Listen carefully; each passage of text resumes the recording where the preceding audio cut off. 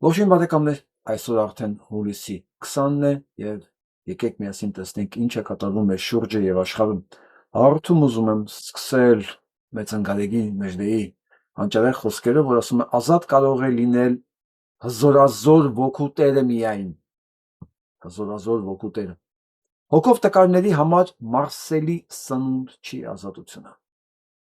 Դա երբ որ տեսնում ենք մեր շուրջը մարդիկ կան, որ դիմադրում են ազատության գաղափարին,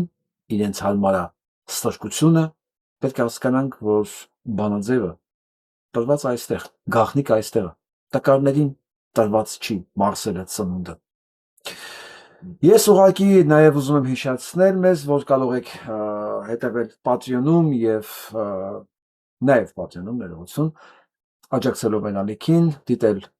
բոլոր հաղորդումները ձեզ հարմար ժամանակ եւ ամենակարևորը առանց գովազդի։ Եվ մի նորություն եմ ուզում ասել ձեզ, որ ինքնաճանաչում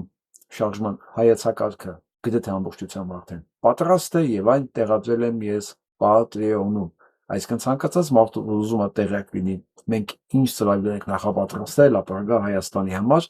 եւ ինչի համար ենք մենք բոլորս իր հետ պայքարելու հենց այսօրվանից, կարող է դառնալ բաժանորդագրված Patreon-ին եւ կարդալ ամեն ինչ։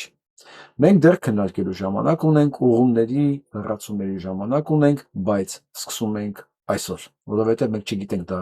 հաջորդ ընտրությունները երբ է։ Վաղը 1 ամսից, 6 ամսից, 1 տարուց մի բան է հստակ, որ այս կառավարությունը այս խորհրդարանով չի կարողանալու կառավարել այս երկիրը, մեր երկիրը, այն էլ այս ճակատագրական, այս արագ փոփոխվող աշխարհում։ Բազմաթիվ հարցեր կան կուտակված, որոնք լուծում են պահանջում, որի պատասխանները չունի Փաշինյան Նիկոլը։ Ինչ որ է, անցնենք օրվա նորություններին եւ վերհիշենք ուղիղ 6 տարի առաջ ինչ էր կատարվում այս օրերին։ ՀՀՊՆ-ի 3-րդ բանակային կորպուսի ստորաբաժանումները ծեծում էին ադրբեջանական համապատասխան ստորաբաժանումներին տավուշում։ Անվաղ դիրքի մոտակայքում շուրջ 7-8 օր տևած մարտերում հայկական կողմը կրեց 5 զոհ, ազնիքները 2 տասնյակից ավելի, այդ թվում չեզոքացվեց Ղազախի կորպուսի շտաբի պետ գեներալը։ Անվաղ դիրքը մնաց հայկական վերահսկողության տակ։ Այս մարտերից հետո Ադրբեջանի ՊՆ նախարարը հրապարակային ձևով հայտարարեց, որ առանց Թուրքիայի աջակցության Ադրբեջանը իզորու չէ հաղթել Հայաստանին պատերազմի մեջ եւ առանց իհարկե Հայաստանի կառավարության աջակցության։ Անվաղ դիրքի համար մղված մարտերի ազդակ էին մոտալուտ պատերազմի մասին, սակայն ՀՀ գործող իշխանությունը ոչ միայն դիտավորյալ ոչինչ չարեց մեծ պատերազմի նախապատրաստելու համար, այլև ամեն բան արեց ժողովրդի զգոնությունը բթացնելու համար։ Նախկիներից ժառանգություն ստացած բանակի անպարտելիության մեջ կասկածի նշույլ անգամ չթողնելով 20 թվականի օգոստոսի 10-ին Սարդարապատում կազմակերպեց հսկայական միջոցառում, որտեղ 70 զինվորներ պարգևատրեցին մարտական խաչ շքանշաններով։ Հիշեցնեմ, որ մինչև 20 թվականը մարտական խաչ շքանշանները ստացել էին ոչ ավել քան 30 հոգի։ Իսկ այդ մեկ օրվա մեջ 70 հոգու տվեց։ Մեկ դիրքի համար ինչպիսի մարտեր էլ ընթանային, հաստատ չարժեր 70 հոգու այդ շքանշանը բաժանել։ Դա նույնն է, որ 20 թվականի 44 օրյա պատերազմից հետո Արցախյան ճակատում կռված թշնամուն ոչինչ չզիջաց 10 գնդերի բոլոր զինծառայողներին մոտ 25,000 հոգու շնորհվի ազգային հերոսի կամ մարտական խաչի շքանշան։ Իսկ ես այլ բան եմ տեսնում ես պատերազմի մեջ։ Սա նախապատրաստական ոչինչ չասող, բայց ժողովրդի զգոնությունը բթացնող միջոցառում էր, որտեղ հայ ազգը լրիվ ապավինելով իր գերագույն գլխավոր հրամանատարի ասենց ասեմ պայծառամտությանը թողեց 44 օրյա պատերազմի ամբողջ ընթացքը, կուրորեն վստահելով, որ հաղթում ենք, ամեն օր, բացի վերջին օրվանից։ Եկեք տեսած, այդ օրվա մեջ ոչ միայն պարտվում ենք, այլ պարտվել ենք ամբողջ անցած 44 օրը։ Այնպես որ իմ տեսակետից սա ընդամենը մարտավարական մի հնարք էր, որտեղ ճակերտավոր պետք է Նիկոլ Փաշինյանը ստանալ վստահության այն ռեսուրսը, որի հիման վրա մեզ կարող է ասել 44 օր լռեք եւ չլսեք Արսունից բացի որևէ մեկին։ Եվ մեզ կարողացան այդ թունավոր քաղցրության մեջ պահել 44 օր։ Սա իմ տեսակետն է դարձում։ Եթե հիշում եք, Արցախի պատկերը նկատելու համար մի մեծ աղմուկ էր բարձրացել մի փոքրիկ երաժշտական դպրոցում, այդ մասին ես ուզում եմ ինձ լսենք, հետո ես կասեմ։ Ողջունում եմ բոլորին եւ այսպես արգելի ընկերներ, իմ հորդորով եւ խնդրանքով Արցախցի 10-ամյա փոքրիկ Եվայի նկարը արդեն շրջանակի մեջ է, երևի հասկացաք, որ նկարի մասին է, Տեր Ռևոնդյանի համար երաժշտական դպրոցում արգելված եւ հակապետական որակավորված հայտնի նկարը, որը կարողացել է ցնցել այս ճիվաղապետության հիմքերը։ Մի խոսքով այդ հայտնի նկարը արդեն շրջանակի մեջ է եւ մենք որոշեցինք այն աճուրդով վաճառել։ Ես արդեն առաջարկել եմ իմ գինը, այդ գինը արդեն տեղադրված է իմ Facebook-յան էջում, դուք կարող եք միանալ, գտնել Վարդան Հակոբյան, այնտեղ տեսնել այդ նկարը, առաջարկել ձեր գները, այս պահի դրությամբ արդեն $200 անցել է առաջարկողների, ես վստահ եմ մինչև ես վերջացնում եմ այս ձայնագրությունը, էլի կավելանան ցանկացողները, ինչի համար է սա։ Ես պետք է ասեմ, որ մեկ օրվա մեջ արդեն 200-300 հազար մարդ մենակ իմ էջից էր նայել այդ նկարը։ Տեսեք, փոքրիկ Եվայի նկարը կարող էին այդ պատին տեսնել երևի մի 2 տասնյակ մարդ։ Ու դրանով ավարտվեր գնար։ Այս ճիվաղապետության, այս հիստերի գործողությունների արդյունքում այդ նկարը հասանելի դարձավ մի քանի 100,000 մարդու արդեն։ Եվ մեր նպատակն է մեր երեխաներին պաշտպանել այս հրաշավոր գործողություններից։ Մենք մեր երեխաներին պարտք ենք անվտանգ երկիր եւ երջանիկ մանկություն։ Սա մինիմալն է, որ մենք պարտավոր ենք եւ կարող ենք անել։ Եվ այսպես հայտնի նկարը արդեն վաճառվում է եւ այն կգնա նրա մոտ, ով ամենաշատ գինը կառաջարկի։ Ջուրդի ժամկետը մինչեւ հունիսի 22 չորեքշաբթի Երևանի ժամանակով 22:00-ն է։ Այնպես որ կարող եք գտնել Facebook-յան էջում այդ ստատուսը նկարով եւ առաջարկել ձեր գինը։ Վերջում ամենալավ առաջարկած գնորդը կունենա Եվայի հեռախոսի համարը, ավելի ճիշտ Եվայի հայտիկի հեռախոսի համարը եւ կարող է անձամբ ծանոթանալ արդեն հայտնի նկարիչ Եվայի հետ եւ նրանից անձամբ գնել իր նկարը։ Պատկերացնում եք 10 տարեկան Եվան արդեն կվաճառի առաջին իր նկարը։ Մենք իրավունք չունենք թողել ոչ մի երեխու նեղացած։ Մենք այդ երեխեքին շատ բան ենք պարտք, շատ բանից ենք զրկել։ Փորձենք նման ձևերով գոնե ինչ որտեղ կոմպենսացնել մեր թերացումները։ Այսքանը։ Ես ուզում եմ հիշեցնեմ, որ ընդամենը 3 այս դեպքից 1 օր հետո Սյունիքում էր նման դեպք գրանցվել եւ ես այդպես էլ չիմացա դա որ դպրոցն է, որ դասատունն է, որ տնօրենն է, խնդրում եմ ինձ տեղեկացնել, եթե ինֆորմացիա ունեք։ Այսուհետ ցանկացած տեղ, ցանկացած միջամտություն, եթե կլինի երեխաներին Արցախի հետ կապված, հայրենասիրության հետ կապված, կլինի Արարատի հետ, մեր պատմության հետ, որևէ մեկ սահմանափակում, որ առաջ կտանի թուրքական օրակարգը, խնդրում եմ ուղղակի գրեք ինձ, տեղեկացեք ինձ, ես հասանել եմ բոլոր պլատֆորմներում, Instagram, TikTok, Facebook, YouTube, համարյա բոլոր տեղեր, Telegram չեմ օգտագործում, ցավոք, ես տենց չեմ հասցնում, չգիտեմ դա ոնց է աշխատում, ճիշտ ասած, ինձ հնարավոր է գտնել։ Տեղեկացեք ինձ, որովհետև ես ավելի քան վստահ եմ, որ այս հրամանը իշեցվել է վերևից, նախարարի մակարդակով, այն նախարարի, որը Նժդեին համարում է ֆաշիստ եւ լրիվ տեղավորվում է Նիկոլ Փաշինյանի թուրքական տրամաբանության մեջ։ Այդ նախարարը, որ ղեկավարում է եւ մշակույթը, եւ կրթությունը, եւ գիտությունը, եւ ոչ թե ղեկավարում է, այլ ալմատախիլա անում այդ ամբողջը իրար հետ։ Մենք պետք է փոքրիկ օրինակի վրա ցույց տանք, որ այն բանաձևը, որ կամ դուք կամ մենք, կամ դուք մեզ, կամ մենք ձեզ, լինելու է մենք ձեզ, մենք թույլ չենք տալու։ Մենք պահելու ենք մեզ։ Եվ դուք այն, ինչպես էլ ասում, հողմերի պես կորչելու եք վայրակ։ Եվ այսպես ես գիտեմ, որ ժամանակացված է եւ այս դեպքերը լինելու են։ Ցանկացած տեղ, եթե տեսնեք նման դրսևորում, որ եղավ սահմանափակում, ցանկացած ազգային ինքնության դրսևորման դեմ, խնդրում եմ անպայման ինձ տեղեկացրեք։ Եվ պետք է ասեմ, որ աճուրդը այս պահի դրությամբ հասել է $700, այսինքն այս նկարի համար կա $700 տվող։ Սպասում ենք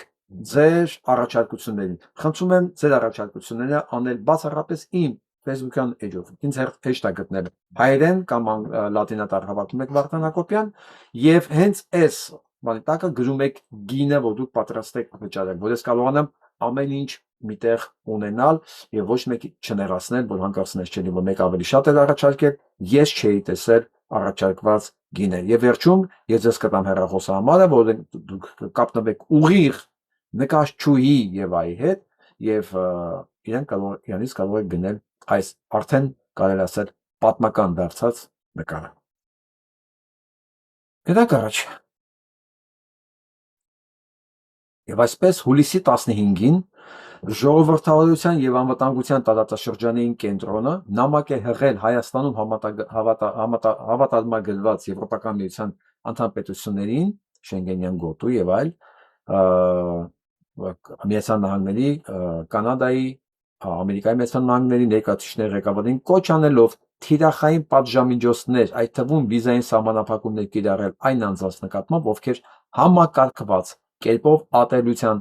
խոսք են տարածել Լեռնային Ղարաբաղից բռնի տեղահանված փախստականների դեմ։ Այդ նամակում նշվում է 5 անձանց մասին՝ Ռոման Բաղդասարյան, Արամ Ավետիսյան, Անիտա Հարությունյան, Թաթուլ Ասիլյան եւ Արա Ներսիսյան, որոնց հանրային հայտարարությունները առցանց գործողություններ ներառել են մարդատյաց հռետորաբանություն, կոլեկտիվ պիտակավորում եւ փախստականների սոցիալական մեկուսացման կոչեր։ Ես պետք է ասեմ, որ ես հիմա ցույց տամ այդ կարգը, խոսքը սրա մասին է, սա մենք հիշում եք դեռ 2 տարի առաջ ենք բացել այս կայքը, որտեղ կան բոլոր հանցագործների նկարները, որոնք աչքի են ընկել տարբեր ժամանակ, տարբեր գործողություններով Հայաստանի Հանրապետության դեմ։ Սրանք այն ստեղ ահագին մարդը։ Այս բոլոր անունները, ընդ որում նաև այդ դպրոցի տնօրենների անունները, ավելացվելու այստեղ, սա ապագա Նյուրնբերգի փաստահավաք կայքն է, որ հանկարծ ոչ մի անուն չմոռացվի, այստեղ կան բոլոր այս ընթացքում ովքեր եղել են ոստիկաններ, դատախազներ, դատավորներ, ով ինչ արել է Հայաստանի Հանրապետության դեմ, բոլորը գրանցված են այս կայքում։ Այս 5 անունները պլյուս այդ դպրոցի տնօրենը, որ արգելել էր այս երեխային, ու այս նկարը կոչել էր հակապետական եւ հանել էր տվել, իմիջիայլոց երկուշաբթի օր ես ակնկալում եմ իր հրաժարականը եւ այս մասին պետք է իմանամ։ Հակառակ դեպքում իր անունը նույնպես հայտնվում է այս Հայաստանի Հանրապետության թշնամիների ցուցակում։ Ես չար մարդ չեմ։ Ես հիշաչար չեմ։ Ես ուղղակի լավ հիշողություն ունեմ։ Ու չեմ կարողանում ներել իմ երկրի թշնամիներին։ Իմ ինքնության, ազգային պատկանելիության, ազգային արժեքներիս նկատմամբ ոտնձգություն հարածների։ Նրանց անունները բոլորը հայտնվել է այս ցուցակում, այս 5-ինը նույնպես։ Հիմա վերադառնանք հոդվածին։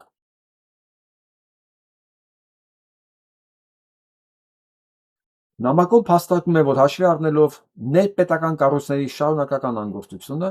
ձախողումը պատասխանատվության ապահովելու հարցում միջազգային գործընկերների կողմից թիրախային միջոցների կիրառումը կօգնի կանխել ատելության խճականության տարածումը։ Նամակը ներառում է նաև հղումներ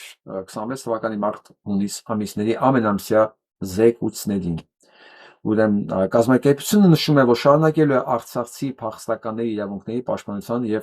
ժողովրդավարական ներառման համար իր աշխատանքները։ Շնորհակալություն այս կազմակերպության ժողովրդավարություն եւ անվտանգության տարածաշրջանային կենտրոն։ Ես առաջարկում եմ այդ կենտրոնի ներկայացուցիչներից ցանկացած մեկին ուղղակի կապնվելի մեծ մենք մի հատ լայնածավալ հարցազրույց կարող ենք անել ավելի մանրամասն, որ դուք ներկայացնեք ձեր գործունեությունը որի համար շնորհակալություն եմ հայտնում ձեզ, մենք էլ հասկանանք, մենք ինչով կարող ենք ձեզ օգտակար լինել։ Եթե մենք իրար չօգնենք, ես ոչ մեկ չի օգնենք։ Եվ այսպես նդ լսենք այս տեսանյութը։ Լավ տեսանյութ։ Բացի դռների մոտ մարզվող տասնյակ երեխաներ։ Խորհրդանիշը Գագիկ Ծառուկյանին պատկանող առյուծի անժամանակ մահն էր, ապա անցած 7 օրերի ամենահիշվող տեսարանը դարձան գործարարի սեփականություն հանդիսացող Օլիմպիավանի կապարակնքված դռների մոտ մարզվող տասնյակ երեխաները։ Այդ երեխեքին հանեցել են քուչեքը, մարզվելու տեղ չունեն, հարմարություն չկա, հիմա էլ պատրաստվում են աշխարհի մրցումների, ինչ անում է պետությունը։ Պետությունն այս շաբաթ որոշեց ուղղակի կառավարում հաստատել Ծառուկյանին պատկանող Արարատ ցեմենտ գործարանում 5-շաբթի օրը հայտնի դարձավ, որ հակակոռուպցիոն կոմիտեն բավարարել է դատախազության ոչ միայն Արարատ ցեմենտին, այլև Ծառուկյանի ողջ ունեցվածքին վերաբերող հայցը։ Նույն հայցով դատախազությունը պահանջում է հօգուտ Հայաստանի բռնագանձել նաև 75 անշարժ գույք, 42 տրանսպորտային միջոց, 38 ընկերություններում մասնակցություն, նաև 106 միլիարդ դրամի ապօրինի ծագում ունեցող գույք եւ միջոց։ Եվ քանի դեռ իշխանությունները լրջորեն լցված են Հայաստանի ամենահարուստ մարդկանցից մեկի ունեզրկման գործին, կտրուկ աճում է մեկ այլ գործարարի, Հայաստանի խոշորագույն բջջային օպերատոր Viva Armenia եւ Թեղուտի հանքավայրի սեփականատիրոջ ազդեցությունը։ Հայաստանով անցնող թրիփ նախագծի ամերիկյան հիմնադրամը ղեկավարի խորհրդային միությունում ծնված Չիկագո տեղափոխված ամերիկացի ներդրող Կոնստանտին Սոկոլովը։ Պետդեպարտամենտը անցած ուրբաթ արդեն հաստատել է նրա նշանակումը Trip Plus հիմնադրամի ղեկավարի պաշտոնում։ Սոկոլովը ծնվել է 1975 թվականին Ռուսաստանում հրեաների ընտանիքում, ավարտել Սանկտ Պետերբուրգի համալսարանը, խորհրդային միության փլուզումից հետո 21 տարեկանում տեղափոխվել Միացյալ Նահանգներ։ Դեմ չկա, որոշում ընդունվեց։ Հայաստանի կառավարությունը թրիփի վերաբերյալ հայ-ամերիկյան համաձայնագիրը հաստատեց Սոկոլովի նշանակումից մի քանի օր անց, եւ դա չնայած այն հանգամանքին, որ Արդարադատության նախարարությունը հանդես էր եկել որոշակի վերապահումներով։ Դրանք վերաբերում էին Թրամփի ուղու երկայնքով սահմանապահ ստուգումները մասնավոր ընկերությանը վերապատվիրակելու դրույթին։ Պետք է ասում եք, սահմանապահ ստուգումները երրորդ կողմին են, այսինքն այս երկին էլ տվեք էլի երրորդ կողմին։ Կլինի Նիկոլին իր կառավարությունով տանք երրորդ կողմի։ Մեկը իրանց է պատկանում։ Այն ժամանակ գոնե կիմանանք ինչի է այս վիճակը։ Նշել, որ պետական սահմանի մասին օրենքի համաձայն Հայաստանի սահմանով անձանց տրանսպորտային միջոցների, բեռների եւ այլ գույքի բաց թողնումն իրականացնում են սահմանապահ զորքերի զինծառայողները եւ մաքսային մարմինները։ Ուստի համապատասխան փաստաթղթերի ստուգման եւ պետական սահմանով բաց թողնման լիազորությունները վերապահված են բացառապես պետական մարմիններին։ Հայաստանի ընդդիմադիր եւ փորձագիտական շրջանակներում համոզված են Երևանն Ադրբեջանի հիմնական հատվածից Նախիջևան եւ հակառակ ուղղությամբ շարժի սահմանապահ եւ մաքսային վերահսկողությունը համաձայնել է հանձնել մասնավոր ընկերությանը բացառապես պաշտոնական Բաքվի ճնշման տակ։ Azerbaijani cargos and Azerbaijani citizens Ադրբեջանական բեռները եւ ադրբեջանի քաղաքացիները չպետք է հայ սահմանապահների կամ որևէ մեկի երեսը տեսնեն։ Լավ է, չէ՞, ասում ես այդ պատասխանը գնամ գամ ու ձեզանից ոչ մեկի երեսը պետքա չտեսնեմ։ Նիկոլ ասում է, հա։ Ոնց կանգնեմ, որ դեմքս չտեսնեք։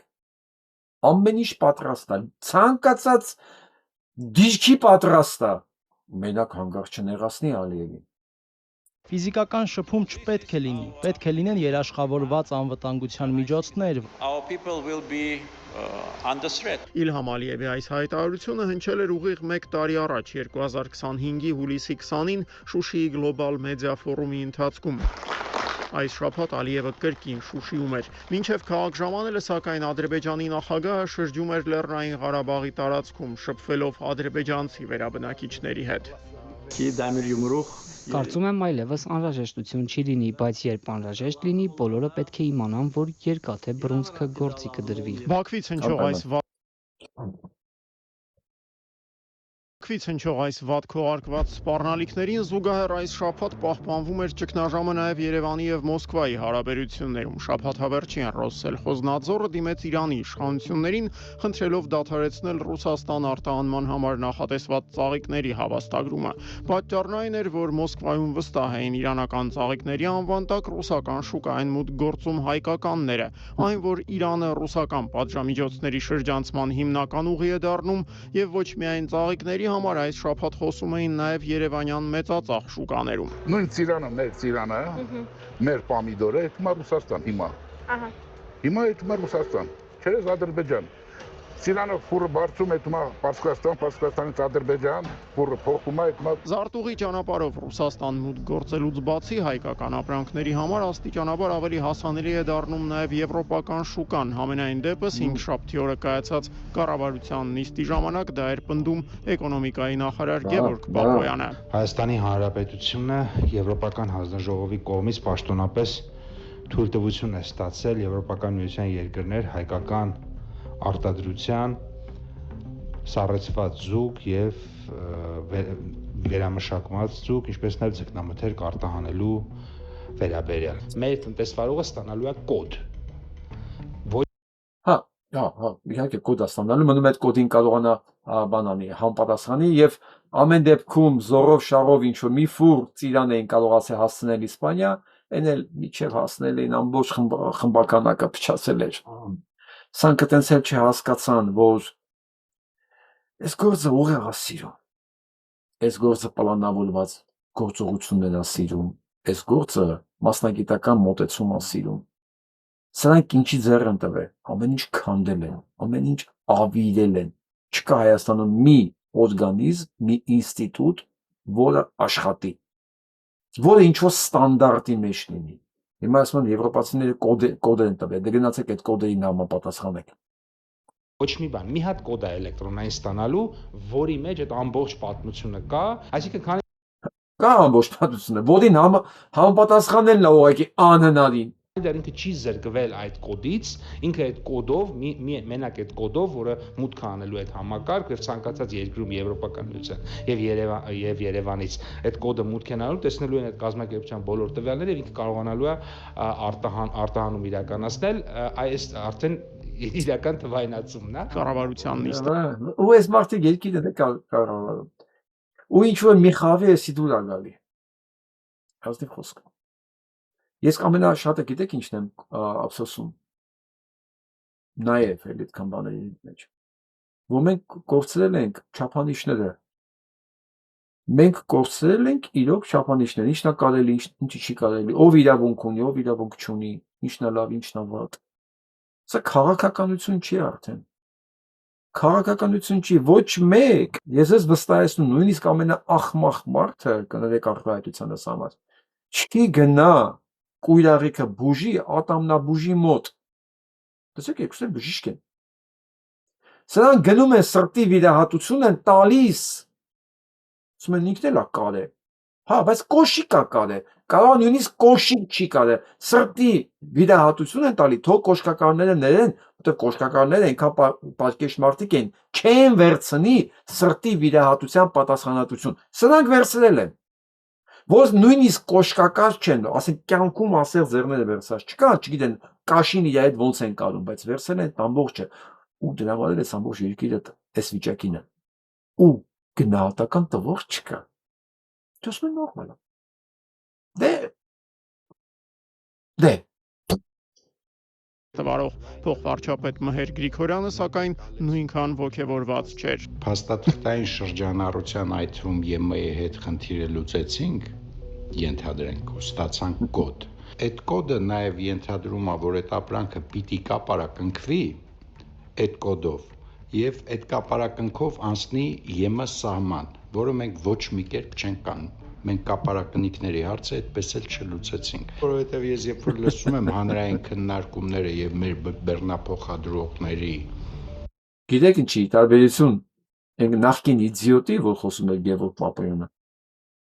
Սա գոնե համակարգում աշխատել է բանկային համակարգի աշխատողը։ Սա գոնե գիտի թուղթը ինչ բան է։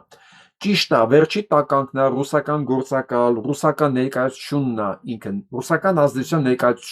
ներկայացուցիչն է Նիկոլի կառավարության մեջ, բայց սա գոնե գիտի ինչ է նշանակում թուղթ, ինչ է նշանակում ստորագրություն, համակարգ գիտի, էլի։ Ի տարբերություն այն մյուսը, որ նույնիսկ սապոժնիկ չի, էլի, ինքը սապոժնիկն է, հասկացա՞ք, չէ՞, որ սրտի օպերացիա պետք է անի, այն նույնիսկ սապոժնիկը չի։ Էլի կրկին, ներեցեք, էլի կոշկակարներ ջան, ես գիտեմ դուք այնքան պարկեշտ եք, հաստատ սրտի վիրահատում ձեր վրա չեք վերցնի։ Մարշրուտի փոփոխության ռիսկը, որ իրանք ներկայացնում են, այսինքն սովոր էին մի ուղու, հիմա ուզում են, հիմա մենք իրանց ասում ենք հարգելի գործընկերներ, այս ուղիով ինչի չեք գնում։ Ու երբ որ իրանք բացատրում են կամ ռեակցիա են տալիս, հասկանալի է դառնում, որ հիմնական խնդրումը մեր ապրանքների հետագծելիությունն է, որովհետև այդ կոդի տակ մաքսավորը եթե չի տեսնում կապարակնիկ էլեկտրոնային, ինքը միանգամից իրավունք ունի ենթադրել, որ այնտեղ ոչ թե ձուկ է, այլ օրինակ հավ։ Երեք այցելեցի բնության պետական թանգարան։ Արձակուրդում գտնվող Նիկոլ Փաշինյանն այս շաբաթ եւս հիշեց թռչուններին ճիշտ է ոչ արտահանման ենթակա։ Պարզվում է, որ այն թռչունը, որին մենք տեսնում ենք Սևանում, տարբեր ջրային ավազանների մոտակայքում եւ որին ճայ ենք անվանում, ընդհանրապես ճայ չի թռչունի անունը, այլ որոր է, իսկ ճայը բոլորովին այլ տափաստանային ագրավազգիների թռչուն է։ Հուլիսի 10-ին մեկնարկած արձակուրդը, սակայն Փաշինյանը սկսել էր ոչ թե օրնիտոլոգիական հետազոտություններով, այլ լեռնագնացությամբ Սյունիքի մարզում։ Ու այս Սյունիքի մարզում ասում են միամիտ ու մատեսա, գիտեք, Նժդեին, պատկերացնում եք Նժդեին ինչ ասած կլինի դե Սալիդար Խինսարյան։ Ինչ ասած կլինի։ Ես Նիկոլ Փաշինյանին ընտրողներին ուզում ես համեմատությունը իրենք մի հատ նայեն, էլի։ Ում եւ ում մեջ իրենք ում են ընտրել։ Մենակ ինչ չասեք, ընտրություն չկար, Նժդեհ չկար տեխնացուների մեջ։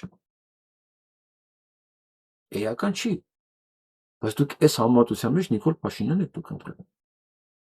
Դուք կարեք եւ չընտրեիք ընդհանրապես, բայց դուք ընտրել եք Նիկոլ Փաշինյան։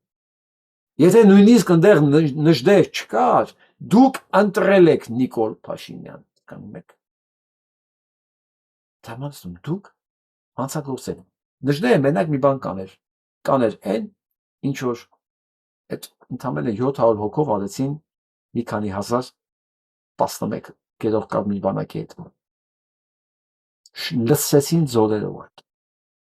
Լսեցին ձորերով։ Սա է միակ բանը, որ ինքը կաներ, ու կասեր, անենց թաղեք սրանց, որ հանգարցեք ծիլ չտան, սերունդ չտան,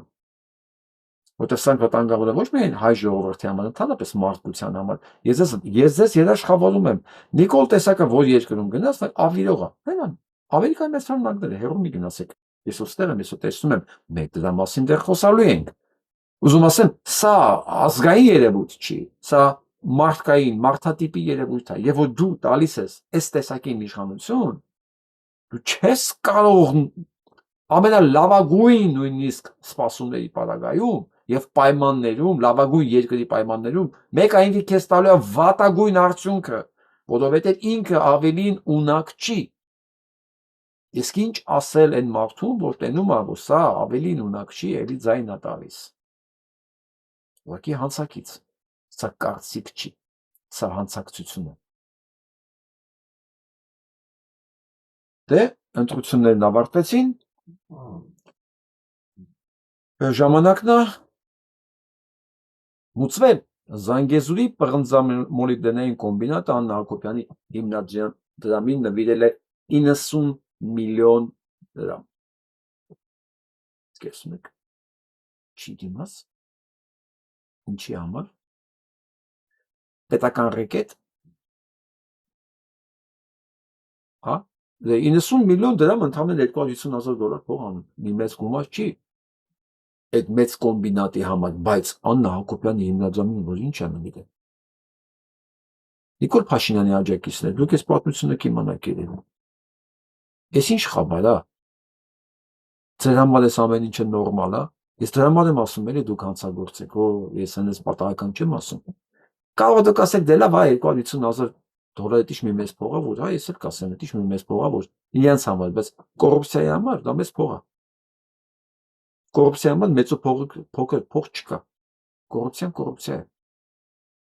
Ինչի ձեզ չեն տալիս այդ 250,000 $-ը։ Թող ինձ տան, ձեզ տան։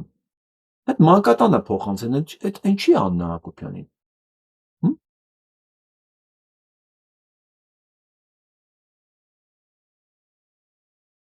Սա ես ցայն անջատեմ, որ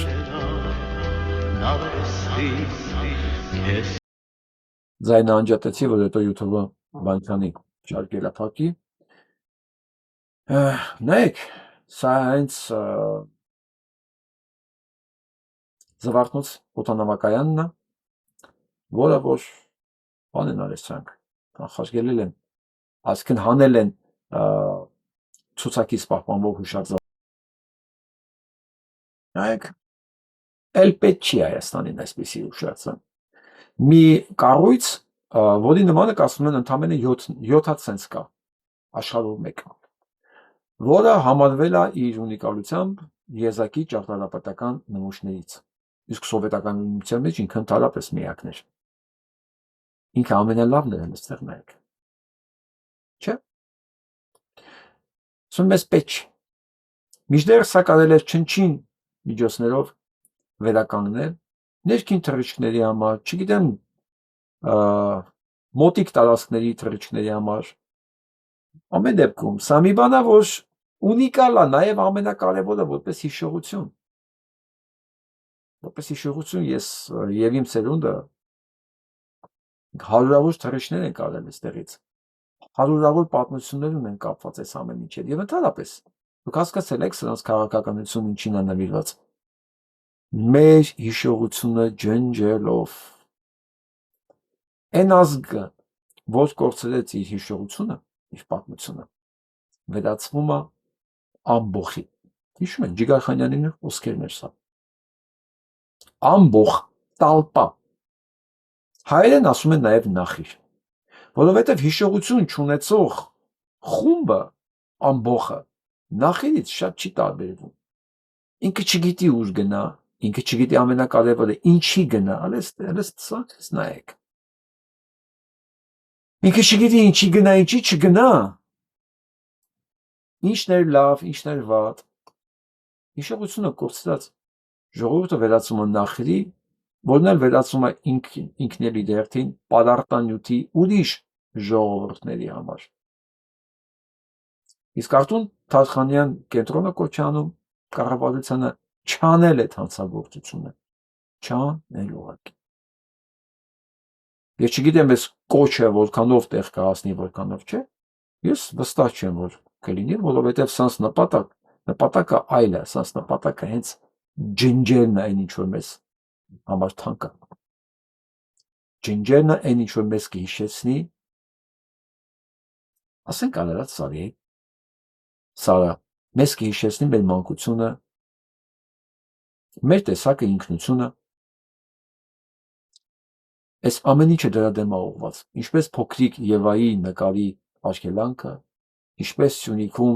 երիտասարդ փոքրիկ երեխայի բանաստեղծության մեջ Արցախ բառը, բայց սրան աջակցողն է, ես ձեզ ինչ ասեմ, եթե ոչ հանցագործ։ Ես ձեզ ոնց ներեմ, երբ որ դուք դուրս եք եկել իմ հիշողության դեմ, իմ սրբությունների դեմ, իմ ինքնության դեմ, դուք եք այդ ընտրել, ես չէ։ Ես ոնց ձեզ ներեմ, ես ոնց հանձնվեմ ձեզ։ Չէ, ես թարսի նման հանձնվել չգիտեմ, եւ ես բոլոր գործիքակազմերով, բոլոր իմ ունեցած հնարավորություններով ես ձեզ պետքա ծնկի բերեմ։ Ինչպես ծնկի են բերում թշնամուն, որ եկել է քո տունը գրավի, եկել է քո երեխային քեզանից խլի։ Այստեղ նայեք, դուք եկել եք իմ հիշողությունը ինձանից խլելու բոլոր հնարավոր ձևերով։ Ես ձեզ ոնց ներեմ։ Բա եթե ես ձեզ ներեմ, հետո ես ինքս ինձ ոնց եմ ներելու։ Չէ, դուք ներում չունեք։ Մի հատ տարբերակ կա։ Դուք պիտի պարտվեք։ Իսկ ես, իմ նմանները, ամեն ինչ անելու ենք դրա համար։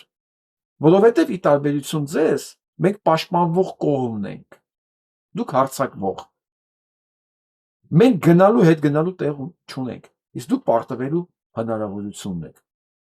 եւ մեծ հավանականություն։ Հիմա գնանք Բրիտանիա։ Վեսթմինստր զալը կներեք, սրանք ասում։ Ուրեմն Ղարաբաղի հարցն է քննարկվել Վեսթմինստրում, որտեղ Էնդրյու Սնոուդենը բարձրացել է հարց 20 թվականի պատերազմի ժամանակ գնդակահարված, տանջամահարված տարիքավոր մարդկանց համար։ Նորից խոսացել են այդ մասին, նորից արձանագրել են ռազմական հանցագործությունները, որոնք կատարվել է կոնկրետ հենց տարիքն առած մարդկանց նկատմամբ, որտեղ դրան է նվիրված եղել սա։ Ուզում ասեմ, տարբեր տեղեր, տարբեր առիթներով մշտապես պտտվում է այս հարցը։ Ինչով է սա կարևոր։ Բնականաբար Վեսթմինստրում մատ որոշում չէին կայացնելու, վաղվանից պետք է դատեին, ասենք Ադրբեջանին։ Բնականաբար դա չէր լինելու, բայց ուրիշ բան է սա տալիս։ Այս ցիկլը, որ անընդհատ տարբեր ասպարեզներում այս հարցը պտտվում է, սա է լավ։ Իսկ ես որ կարդում եմ կոմենտները, մասնավորապես ադրբեջանցիների, ես հասկանում եմ, թե այս հարցը ինչքանով է իրենց հունից հանել։ Ու հավատացեք, բավականին հունից հանել է։ Եվ այսպես գնանք հաջորդ տվյալներին։ Հայաստան Ադրբեջանից 6.4 միլիոն դոլարի նավթամթերք է ներմուծվել։ Հայաստանից Ադրբեջան $0 ապրանք։ Նույնիսկ կգնեմ ովքեր չհասկացան, 6.4 միլիոն դոլարի Հայաստանը զենք է գնել Ադրբեջանի համար։ Դա կդալինի զենք, կդալինի զինամթերք, դա կդալինի տեխնոլոգիաներ, ինչ որ կա, մեկա, դա ուղղված է Հայաստանի դեմ։ Այսինքն Հայաստանի դեմ ուղղված այդ միջոցների համար վճարումը հայաստանցին իր գրպանից։ Ես նորից եմ հիշեցնում, որ դեռ տարիներ առաջ ու առ այսօր Ադրբեջանը Իրանը առաջարկում է ստեղծել հենց Մեղրիի տարածքում նավթավերամշակման կենտրոն։ Վերջի առաջարկությունն եղել է 20 թվականին պաշտոնական փետրվարի ու էլի մնացել է անպատասխան։ Իսկ այս ամեն ինչը սկսել է դեռ 2006-2007 թվականներից։ Ռոբերտ Քոչարյանի իշխանավորման ժամանակ։ Այն ժամանակ էլ է ռուսները դեմ եղել, չի արել Ռոբերտ Քոչարյանը, 20 թվականին էլ չարեց Նիկոլ Փաշինյանը, հիմա էլ չի անում։ Բայց մեկ էլ իմանում ենք, որ Հայաստան է եկել եւ բենզինի լցակայանը բացում, հիմա էլ Էմիրատներից ինչ որ կազմակերպություն։ Առայժմ մեկ բենզալցակայան։ Հիմա ես վաղ արդեն պատկերացնում եմ մոտավորապես ինչ է կատարվելու պրոպագանդիստների դաշտում։ Արաբական էմիրությունները գալիս են մեր դրումներով։ Բայց բենզալցակայան պիտի բացի։ Ոչ թե բենզին պիտի արտադրի, այլ բենզալցակայան պետք է արտադրի։ Այսինքն մենք բենզալցակայան պետք է բացի կներեք։ Այսինքն մենք հնարավորություն ունենք բենզին արտադրելու չենք արտադրում, բայց մենք պետք է ուրախ լինենք բենզալցակայան բացելու համար։ Ու դա վաղ ասեմ ներկայացվելու է փաթեթավորված, որ աշխարհի, չգիտեմ, know-how փրկվեցինք Էմիրատները գալիս են Հայաստան, ընդամենը կնեք բենզականոն կա բացելու։ Իսկ ասեք որտեղ է տրամաբանությունը։ Դու չես ուզում գործարանը սարքես, դու չես ուզում ձուկ բռներ սովորես ու ուրախանում ես քեզ նվիրած ձգի։ Այն էլ ընդամենը մեկ օրինակի վրա։ Իմջալուց ասեմ, Իրանը նախապատրաստում է համապարփակ համագործակցության փաթեթ, որտեղ վստահ եմ կա նաև այս կետը։ Նաև գազամուղի, նավթամուղի շինարարություն Մեղրի Թավրիզ, որ իրանցիներն իրենց հաշվին են անում այս ամեն ինչը։ Ուղղակի իրենց պետք է Հայաստանին ամուր պահել իր ոտքերի վրա, որ Հայաստանը ստիպված չլինի Ադրբեջանից կամ Ռուսաստանից նավթամթերք գնելու։ Իսկ հիմա մեկ էլ որտեղի չգիտես եկավ արաբական էմիրություններից բենզալցակայան։ Հենց հետաքրքիր է բենզինը ինչ ճանապարհով է բերելու։ Որտեղ Չաբահար նավահանգիստը, որ ամենահարմարն է այդ, ռմբակոծվում է հենց հիմա։ Եթե Իրանով պետք է գա, հենց հիմա ռմբակոծում է այդ ամբողջ տարածքը։ Մենք իր մասին այդ մասին խոսենք։ Ինքը ո՞ց է բերելու։ Ադրբեջանով։ Ինչի հենց այս պահին են Էմիրությունները, որը հայտնի է ինչով, որ ինքը նույն կոալիցիայի մեջ է Ամերիկայի Միացյալ Նահանգների եւ Իսրայելի հետ։ Նույն կոալիցիայի մեջ է եւ Իրանը ռմբակոծում է Էմիրությունները, չէ՞։ Այսինքն Էմիրությունները չէ, Էմիրություններում ամերիկյան ռազմաբազաները, բայց դա չի անում Թուրքիայում, անում է հենց Էմիրությունում, Հորդանանում, որի համար Հորդանանի դեսպանը այսօր ԱԳՆ կանչել էր Իրանի դեսպանին իր մոտ։ Անխնա ռմբակոծում է բոլոր ռազմաբազաների տարածաշրջանում, ընդ որում արաբական Էմիրությունների։ Մեկ էլ Նիկոլ Փաշինյանը, ուրեմն սա ոնց որ դիտավորյալ, ինչքան թշնամի կենտրոն կա Իրանի համար, հենց այս պիրիոդում, հենց այս շրջանում բերում է Հայաստան։ Իսրայելի դեսպանն է այստեղ, հիմա արաբական Էմիրությունների ներկայացուցիչն է, բենզալոցակայան բացում, չգիտես ինչի։ Մարդ է նշանակում Թրիպի գլխին, որը ղեկավարվում է Ռուսաստանից եւ հարմար Ամերիկայի Միացյալ Նահանգներին, դա մասին արդեն լսեցինք։ Հարցը մցրել է Թրիպի արդեն սահմանադրական դատարան։ Ուզում հասկանամ, ես Նիկոլ Փաշինյանը այսքան լուրջ տրամադրված է թշնամացնելու Իրանին ու արդյոք ինքը պատրաստ է դրա հետևանքներին։ Որովհետև ես չեմ զարմանա, եթե հանկարծ մի օր Հայաստանի հետ լինի այն ինչ որ հենց Էմիրությունների հետ է լինում հիմա,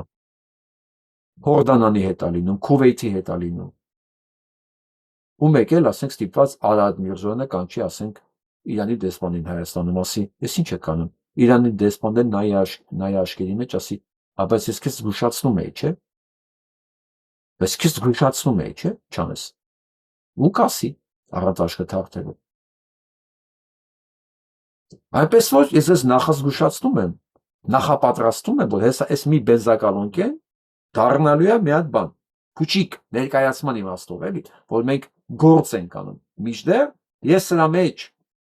ավելի շատ վտանգ եմ տեսնում այս կոնցեպտի մեջ, քան իրական համագործակցություն։ Իհարկե, եթե Հայաստանը լիներ անկախ երկիր, այս պատերազմը չլիներ, ցանկացած հարաբերություն Էմիրատների հետ, ցանկացած ընկերության հետ, դա ենթադրեր լրացուցիչ եւս ներդրումային ծրագրեր, կենթադրեր, պարտադիր չլիներ, բայց այս պարագային այն էլ բենզինի, երբ որ քեզ առաջարկում են մի ամբողջ նավթավերամշակման գործարան, այն էլ Էմիրատներից, երբ որ Էմիրատները պարզ թշնամական հարաբերությունների մեջ է, կոալիցիայի մեջ է, հենց Իրանի հետ։ Ես այստեղ ուրիշ բան եմ տեսնում։ Ու այն հանգամանքը, որ մեկ ինձ փորձի բացատրել, ապացուցել, որ Նիկոլ Փաշինյանը տնտեսության մասին է մտածում, դրա համար է սա անում։ Ես ուղղակի կնայեմ աչքերի մեջ ուշադիր, որովհետև երբեք հիմարի աչքերի մեջ ես ուշադիր նայելու հնարավորություն չեմ ունեցել։ Չի եղել այդքան մոտիկից, չեմ ունեցել իմ շրջապատում այդպես մարդ էլի։ Որովհետև տնտեսության մասին մտածողը տնտեսություն էս վիճակի չէր հարցնի ու գնալ հանդիսանալու։ Մեր Գրիգորյանը իր բերանով է ասում։ Հա, ճիշտ է, այդ կոդերը տվել են, բայց այդ կոդերը դու չես, նույնիսկ մենք այդ կնիքները չունենք։ Մի կերպ սղացնում ենք Ծիրանը, հասցնում ենք Իսպանիա, փչանում է, որովհետև երևի ոչ մեկ չգիտեր, որ Ծիրանը չի կարա մի շաբաթ մնա ավտոյի մեջ։ Չգիտեին էլի։ Ու սենց սպանտանի բաներ չի կարա լինի տնտեսության մեջ։ Չգիտեին, դա չգիտեն։ Ու այդ չիմացող մարդիկ, որ իրենց տագետ վիճակով վերցել են սրտի վիրահատության, մեզ պետք է համոզեն, որ հիմա մի հատ մեծ տնտեսական ծրագիր իրականացնում Էմիրատների հետ, ոչ։ Դուք ոչինչի ունակ չեք։ Ոչինչի։ Այն ինչի որ ունակ եք, դա մենակ Հայաստանի կործանմանն է։ Տան։ Առայժմ ես 8 տարին դա եմ ես դուստել։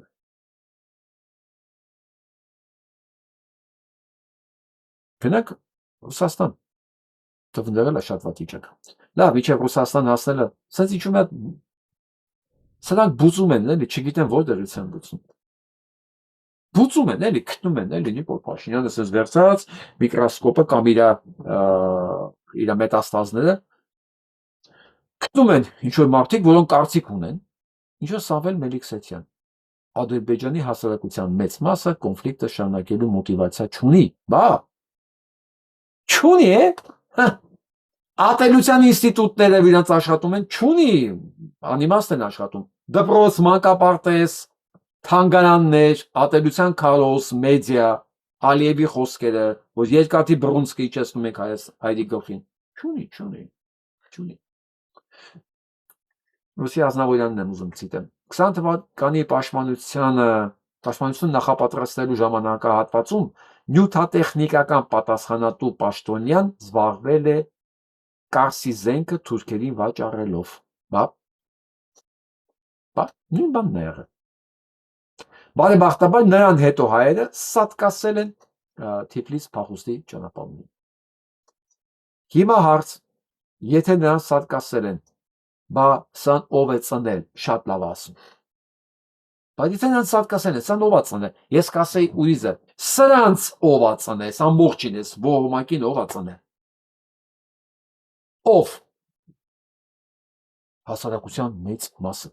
Սա գիտեք ինչ է կազմում։ Ախր ես չեմ զարմանում, հավատացող կան այս հիմարություններին։ Հավատացող կան, էլի մարդիկ, որ մտածելու ունակություն չունեն, էլի։ Ու մարդկանց մեծ մասն է այդպես։ Կարլ Յունգն էր ասում, չէ՞, մարդիկ սիրում են կրկնել, որովհետև մտածելը դժվար է։ Հիմա սրանք ձևավորել են մի հատ հասարակություն, որի մի ստվար հաստվածի մոտ մտածելը պրոբլեմատիկ է։ Դրանք էլ գնացին Փաշինյան Նիկոլ ընտրեցին։ Պրոբլեմատիկ է իրանց մոտ մտածելակերպը։ Մտածել ընդհանրապես խնդիր է։ Ու իրենք կարան հավատան այս ամեն ինչին։ Նոր ինչ հիշեցնեմ, Ստամբուլի կոտորածներ հիշեցնեմ, Կիլիկիայի, Ադանայի, ինչը, Ագուլիսի կոտորածներ հիշեցնեմ, ինչ հիշեցնեմ, որ գլուխները շոյել են, կոտորել են, ասել են վայ, կներեք, ամերիկացի ասում են ուպս։ Հետո նորից կոտորել են, հետո ասել են ուպս։ Հիմա այս նույն մեթոդաբանությամբ արդեն 21-րդ դար 2026 թիվ դեռ շարունակաբար են դրվում այս կարգի ինչ բաներ, որոնք հայ ժողովրդի գլուխը շոյելով էլի տանում են կոտորածին։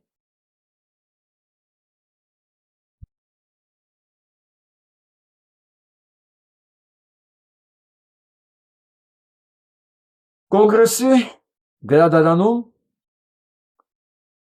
երեկոյա լինելու Հայաստանի պատմության վերաբերյալ ինձ եղել արդեն 16-ին հուլիսի ինձ նենց հետաքրքրում մանրամասներ այդ հանդիպումից հետո մեկը ունի մասնակցել է հայկական միջավայրում խնդրում եմ կապնվել ինձ որովհետև ինձ շատ բաներ կա այդտեղ հետաքրքրող մասնավորապես արդյոք այդ գրադարանում որտեղ բնականաբար կա Վուդրովիչսոնի եւ այլ վճռի պատճենը դրա մասին ինչ-որ զեկույցներ, այդ թվի մասին պատմություններ։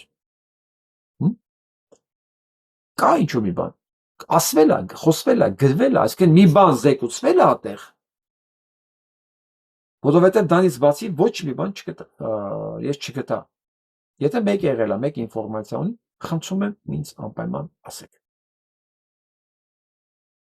Սա է մի հատ անպայման պետք է կներեք, որ անդրադառնում ես կարգի թեմաների պես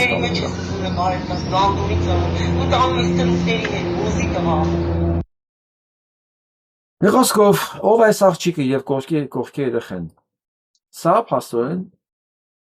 Ստիկինը, աննազգան նստր գրված է։ Այս երեխուն փաստորեն տրաֆիկինգի է ենթարկվում։ Օգտագործում է երեխուն նկարները, վիդեոները վաճառքի համար։ Մանկապիղծ է։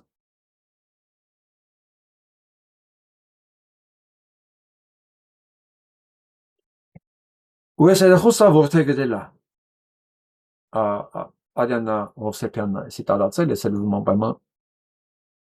անպայման սա մասին խոսամ։ Սա ուղղված է եւ քննչականի պետին, եւ մարդու իրավունքների պաշտպանին, եւ ԱԳՆ պետին։ Այսինքն բանը հասել է նրան, որ լրագրողը պետք է ձեզ փաստեր ներկայացնի, ասի ափաշկելա սա երեխեքա որդեգրում ու սրա վրա փող աշխատում։ Այս մանկապղծությունը չեք զգում ինչքան է շատացել։ մեր մեջ։ Չեք զգում, որ ԱԳՆ-ն տեղում չի, սենց ոչ թե կներեք, ԱԳՆ-ն չէ, ՆԳՆ-ն տեղում չի։ Ներքին գործերի նախարարը զբաղված է անձնագիր գովազդելով։ Որ սա ամենակարևոր բանն է, որ դուք կարող եք ունենալ։ Անձնագիր, որ ընդհանրապես քո մասին չի, քեզ չի պաշտպանում։ Որ ասում դու սանով կարող ես մենակ ճանապարհորդ ես։ Դու ընդհանրապես ճանապարհորդ ես, դու ոչ մի երկրի քաղաքացի չես, որի տակ դու պաշտպանություն ունես։ Դու կարաս գնաս գաս Հայաստան, բայց դու պաշտպանություն չունես այս անձնագրով։ Դրանով են զբաղված։ Միշտեղ հանցագործությունը, մարդասպանությունը, մանկապարտությունը քայլելով գնում է Երևան, Հայաստանով մեկ։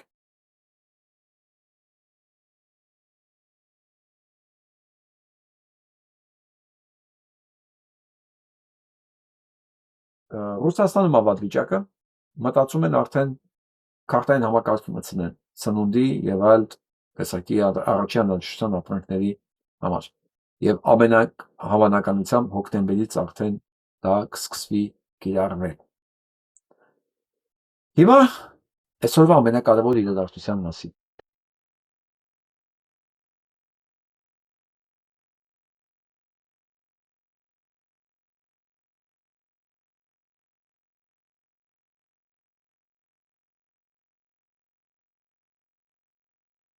Սա իմ ամենասիրած կերպարներից մեկն է այս աչքի։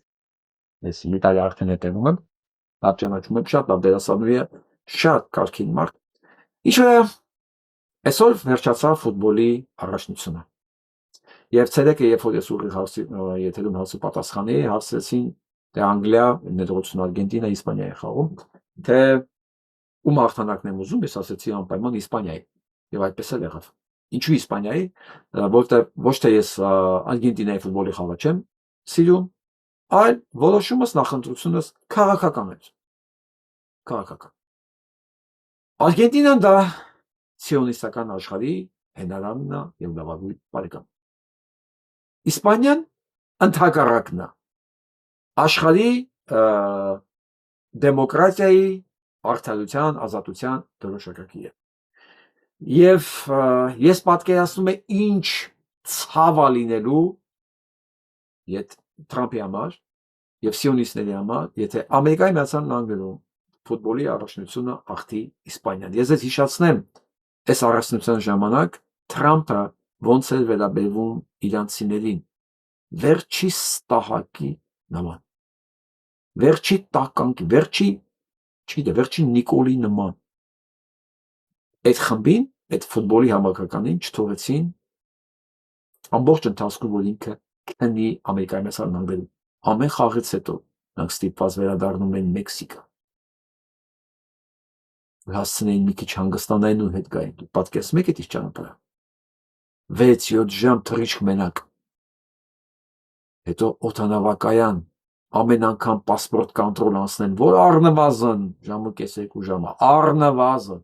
Հետո նորից ճանապարհ, նորից ավտոբուս, նորից հյուրանոց, ամեն անգամ։ Այդտենց էր վերաբերվում իր հյուրերին Թրամփը։ Ու չնայած այդ ամենին հաղթեց Իսպանիան եւ ամբողջ մեդիան, ամբողջ ազատ մեդիան եմ ասում, այսպիսի նկարներ է մեցված։ Այսպիսի տարբերակներ, ծաղրանկարներ, ինչպես են փախնում արգենտինացիները, սիոնիստները, Թրամփը, թե ոնց է լացում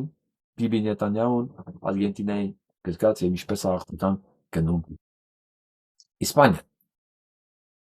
Watch this. At the World Cup just now, they showed Donald Trump on the big screen and the entire stadium started booing him in unison. Ոնց ամբողջ ստադիոնը շվացել բու, իրենք բու են ասում, երբ որ մեկին չեն սիրում, հա, նվաստացել ստադիոնը Թրամփին, երբ որ ինքը երևացել է ստադիոնում, դրա մասին է խոսքը։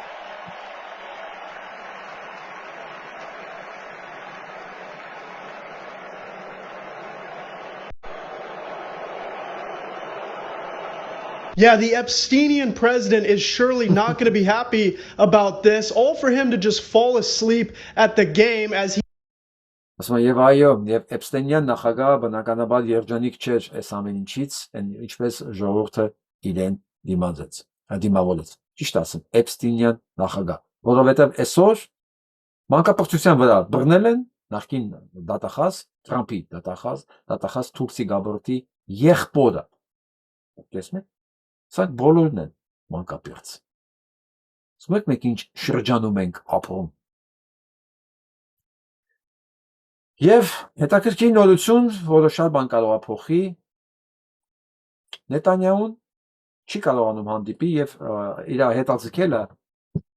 Վաշինգտոն այցելությունը կախված է նրա հետ, որ Թրամփը չի ընդունում, չի կարողանում հանդիպի Թրամփի հետ։ Սա շրջադարձային է։ Թե Թրամփը ուզում է իր կապերը կտրի Նետանյահուի հետ հասկանալով, որ երկուսով գնում են դժոխք եւ ինքը չի ուզում միայն այդ ճանապարհի Նետանյահուին եւ ինքը մտածում է կարող է հիմա մերժի Նետանյահուին եւ վերընտրվի, այսինքն իր կուսակցությունը այս միջանկյալ ընտրություններում հաղթի եւ ինքը լրիվ չկործանվի, եւ այդ հույսով, բայց պետք է ասեմ, որ իզուրա այդ հույսերը պայքարում, որովհետեւ չնայած ինքը չի ընդունել, բայց շարունակում է ռմբակոծել, շարունակում է հասցնել ռազմական ուժեղ հարվածներ Իրանին եւ ասում են, որ 50-ից ավել մարդ է մահացել այս վերջին մեկ շաբաթի մեջ Իրանում եւ հարյուրավոր վիրավորներ, հարյուրավոր։ Նաեւ իր երթին Իրանն է ռմբակոծում, բայց ռազմական բազաները, նույնիսկ ոչ թե Իսրայելը, ռազմական բազաները, հիմա Քուվեյթում, Հորդանանում եւ այնտեղ կան նաեւ այո զոհեր ամերիկյան ռազմածովայինների մեջ կարող է Թրամփը դադարեցնել այդ պատերազմը։ Իրոք կարող է։ Եթե չես ուզում Նետանյահուի հետ ասոցացվես, կարող է նաեւ վերջացնել այս պատերազմը ու գնալ, հա։ Բայց չի անում, չգիտեմ, չի կարողանում, չեն թողում,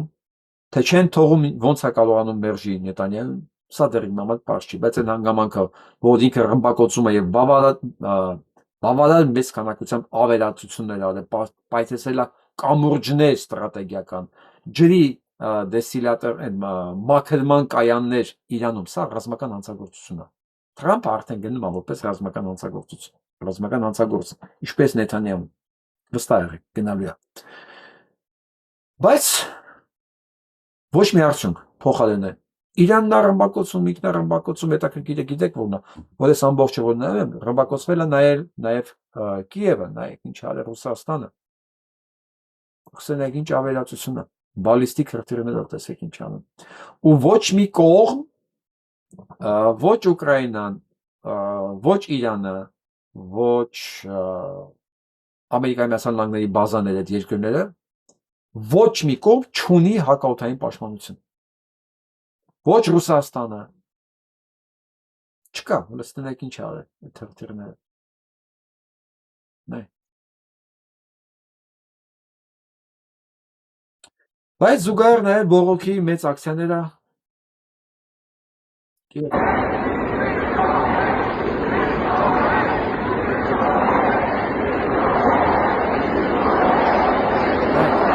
պահանջում են Զելենսկի հրաժարականը։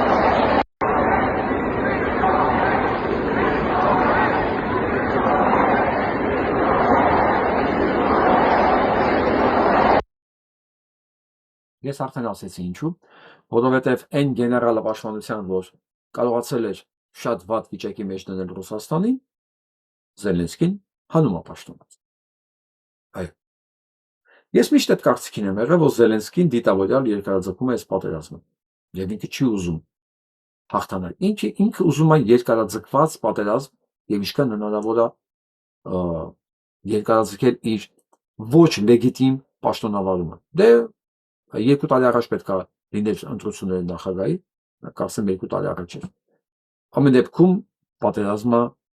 ինքը չի անում։ Դե ինչքան շատ, այնքան լավ, ձեռի հետել, օֆշորային փաստաթղթեր, օֆշորային փողեր, չնայած ամեն ինչ պարզ է, իր տեղակալներին են բռնել այդ հանցագործությունների համար, Երմակի վրա քրեական գործ կա, ի դեպ իր կնոջ վրա քրեական գործ կա,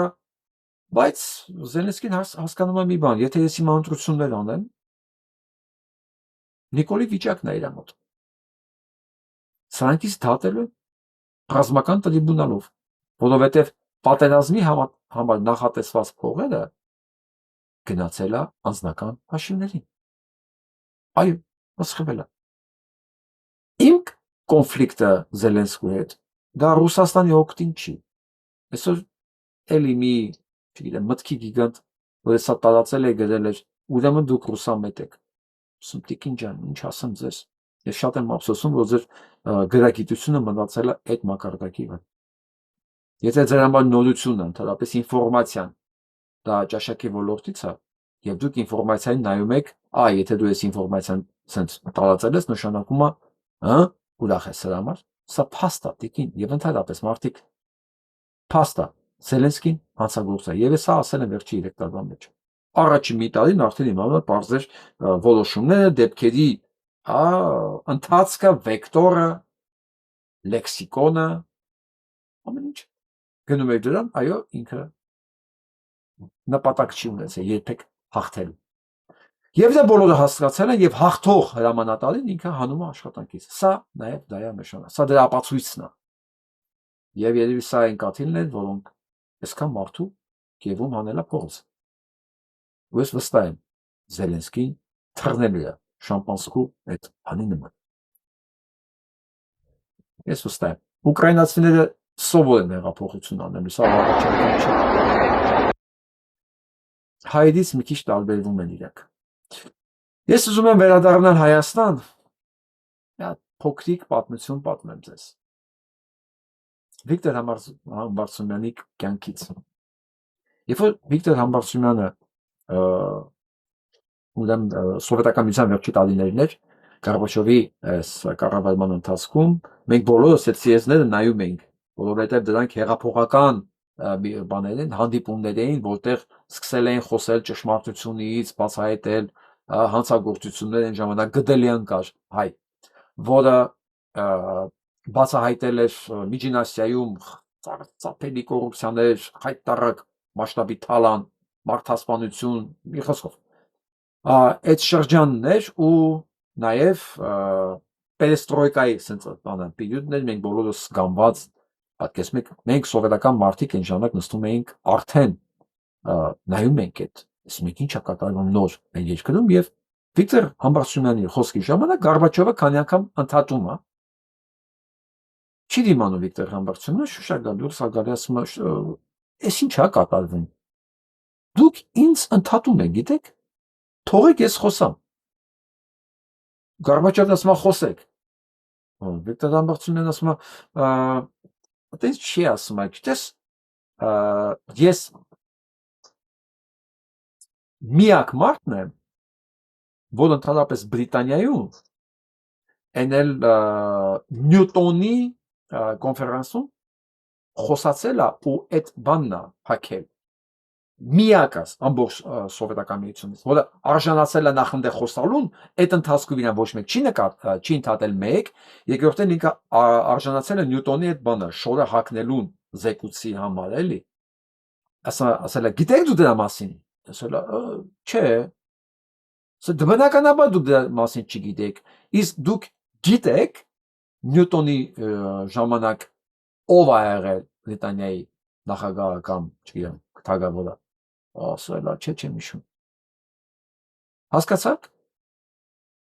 Նյուտոնին հիշում եմ, բայց ոչ մեկ չի հիշում Նյուտոնի ժամանակ ով էր այնտեղ ղեկավարը։ Իսկ դուք ինձ ընդհատում եք, պարոն։ Սես բան գիտեք ով կարող էր ասել։ Բացառապես մի մարդ, որ ինքն իր արժեքը գիտի։ Բացառապես մի մարդ, որ երբեք պաշտոնին նստած մարդուն չի նայում, ինչ որ մեկի, որը Великий Бог, Մագդու, այն հայտնի ֆիլմը հիշում եք, չէ՞, Սենյոր Ռոբինզոն։ Ինքը չի նայ որպես ինչ որ աստված վերևում նստած։ Ինչպես հիմա Փաշինյան Նիկոլնիկն է ուզում տենց իր մատուցի եւ իր կներեք իր համապատասխան հետևորդներն էլ տենց իրեն անցալում են։ Ասում են, ջան, ասում դու երևի ոչ մեկ չի հիշում Նյուտոնի ժամանակ ով էր ղեկավարը, բայց Նյուտոնին բոլորը հիշում են։ Ու ես միակ մարդն եմ սովետական միությունից, որ արժանացել այդ պատվին գնալ է զեկույց կարտա։ Ինչ եմ ուզում ասեմ։ Հարգելի ընկերներս, եթե մենք մեր արժանինքների դիրքից պատրաստ չենք, հիշում եք երեք ցույց է տալի պրոֆեսոր Պրաբեժենսկու օրինակով Շալիկովին ոնց էր ասում, ձենդ կտի նստի տեղը, միակ բանը, որ դու իրավունք ունես անելու, դա լռես ու լսես, եթե մենք մեր արժանինքների դիրքից, դա կլինի Շարիկով, դա կլինի Գարբաչով, դա կլինի Փաշինյան Նիկոլ, կամ դրա Աստվածչյանի աջակից, եթե մենք այդ դիրքից պատրաստ չենք դրանց լռեցնել, իրանց տեղը ցույց տալ, ապա մի սպասեք, որ իրանք այդքան բարեկիրթ են լինելու, որ լուր լսեն դուք ինչ եք խոսում։ Իրենց տրված չի այդ բարեկրթությունը, ինչպես նույնիսկ Գարբաչովին տրված չէ, որը պատահական մարդ չէր, ի տարբերություն մնացածին, նա իմջալոց բավականին զարգացած մարդ էր, նա այդ կարգի ցինիկ պարտադիր չէր լինել, բայց քանի որ արդեն հասել է գեներալի սեկրետարի գլխավոր քարտուղարի, ասենց ասեմ, ամբողջ սովետական միության ասենց պաշտոնի եւ ինքը մտածում էր ինքը ամենակարևոր մարդն է, նույնիսկ ինքը կորցրել էր իր, ինչպես Արամ Ղարաբեկյանը կասեր, իր կենտրոնն էր կորցրել, ինքն իր բանն էր, չափն էր կորցրել։ Այո, լինում է այտենց, երբ որ մարդուն նշանակում են պաշտոնի եւ ինքը իր չափն է կորցնում, տեղն է կորցնում։ Եթե մենք բոլորս պատրաստ չենք դրանց, ասելու ընկեր ջան, մի վարքան է։ Մի վարքան։ Հիմա լսի ինչ եմ ասում։ Եթե մենք պատրաստ չենք, իրենք մեզ չեն թողելու ուսան։ Իրանք լրացնելու, խլացնելու են մեզ, ինչպես հիմա են խլացնում։ Իրանք ավիրելու են մեզ, իրանք զրկելու են մեզ մեզանից, որովհետև մեր ներկայությամբ իրանք իրանք զգում են վերջի ոչնչությունը։ Հասկանում եք, չէ՞։ Ամենաշատ իրանք նեղվում են քիրթ մարդկանցից։ Ոստեղ արդեն կոնֆլիկտը անխուսափելի է, որովհետև կոնֆլիկտից խուսափելու պարագայում ոչնչանում ենք մենք։ Ես հակված չեմ իրանց թողել խոսել։ Ես պետք է ասեմ, միակ բանը, որ դու հիմա իրավունք ունես անելու, լռել, լսելն է։ Ինչպես Վիկտոր Համբարձումյանն ասում, լռել ու լսել։ Հաջորդ բանը, որ ուզում եմ Վիկտոր Համբարձումյանից ձեզ ցիտել, Սարոյանի հետ հանդիպման ժամանակ ասում է, գիտի, որ քանի ապրում եմ, իմ կյանքի ամենամեծ երջանկությունը եղել է եւ կմնա հայոց լեզվի տիրապետելը։ Դուք չեք պատկերացնում ինքը ինչ դիֆերամներ էր գրում, նվիրում հայոց լեզվին, որ ինչքան կարևոր է հայ մարդու համար տիրապետել այդ հայոց լեզվին, մաքուր լեզվին, մաքուր գրել, ինքը իդեալական էր գրում։